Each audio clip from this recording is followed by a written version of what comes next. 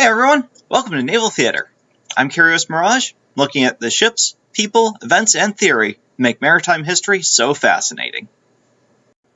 When World War II erupted in Europe in 1939, the German U-boat fleet consisted of just 57 submarines. Admiral Karl Dönitz, the U-boat fleet commander, had hoped to have at least 300. This was the bare minimum that he thought necessary in order to wrest control of the Atlantic from the British. Wartime building programs managed to quickly increase their numbers, particularly after poor performance by the Kriegsmarine surface ships prompted transfer of materials to the U-boats. However, transit times, regular maintenance, and the training of replacement crews kept the number of U-boats actually on patrol down to an average of 12 early in the war.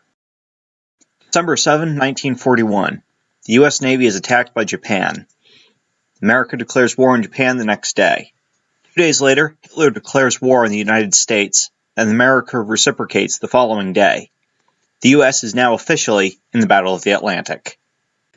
Before America officially began fighting Germany, U-boats mainly patrolled the western Atlantic Ocean. Now, they were faced with the new task of carrying the war directly into American coastal waters. The most numerous U-boats, the Type 7, did not have the range to reach North America, so the task fell to the long-range Type 9 U-boats. Dönitz plan to take the Atlantic campaign into American waters called for U-boats to mine ports, channels, and coasts, and concentrate attacks in the shipping routes along the Atlantic and Gulf coasts. Called Operation Paukenschlag, or Drumbeat, first phase began in January 1942. The U-boat crews.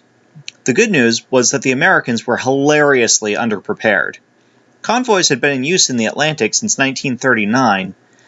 However, none were present along the American coast.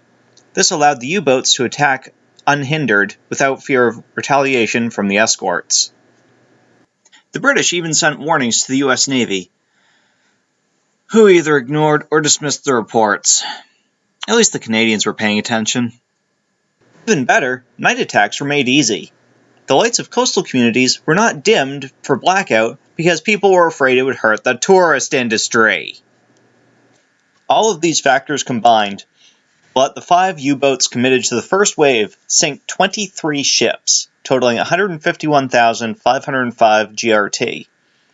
Between 14 January and 12 June, Dönitz's crews accounted for 126 ships sunk or damaged off the North American coast, resulting in the period being called the Second Happy Time.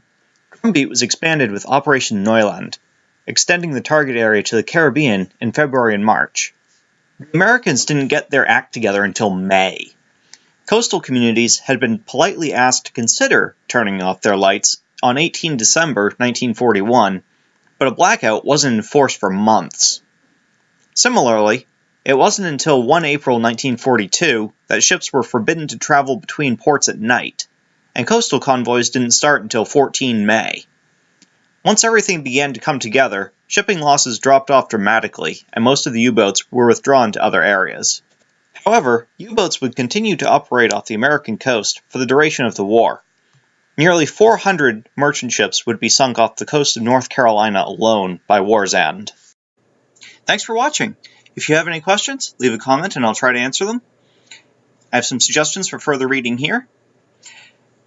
And I hope to see you in the next video, where I look at the Nicole.